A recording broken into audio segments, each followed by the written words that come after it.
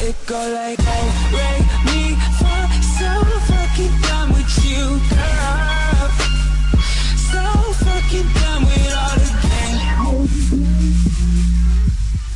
Meanwhile, we've talked week after week about civility and incivility, and now we see more and more cases of people on the right being assaulted. A man now claiming he was assaulted because he had a Trump flag out in his yard in Florida. A Long Island man now was arrested in the last day or so for making threats to kill a campaign worker, a volunteer, I believe, for Congressman Lee Zeldin, who tweeted this: in the U.S., political scores are settled at the ballot box, the congressman says, not by trying to kill your political opponents.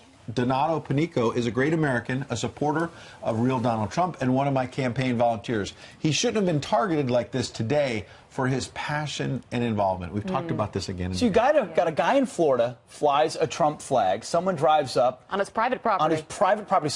And during the fireworks, as what the reports are, someone drives up. There's an exchange. He gets punched. Then he gets dragged for 30 feet as the guy drives away. And then outside of a campaign office, we're not just screaming or protesting. We're literally assaulting and threatening the lives of people who work on campaigns. Here's the problem that I see is this is becoming the new norm.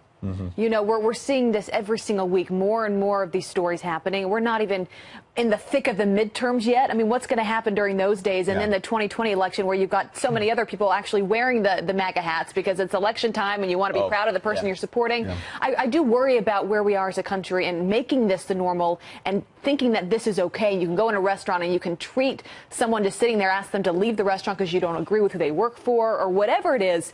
I mean, what is it going to take for us to just take a step back? When's the left going to condemn what Maxine Waters is saying? I mean, President Trump saying this is the party of Maxine Waters, and what she says now is trickling into the populace of that side, unfortunately. It's got to be Chuck Schumer. It's got to be Nancy Pelosi. Yet, we did it last hour, the job numbers.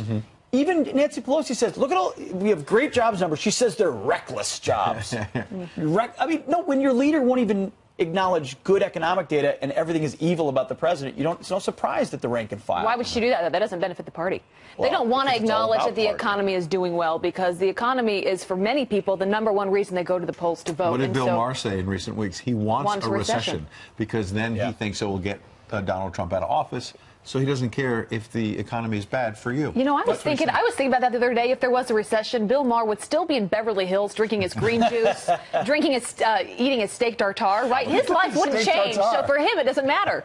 What about everyone that loses their job in a recession? Will you still wear your MAGA hat or fly your MAGA flag? Let us know, friends at Fox News.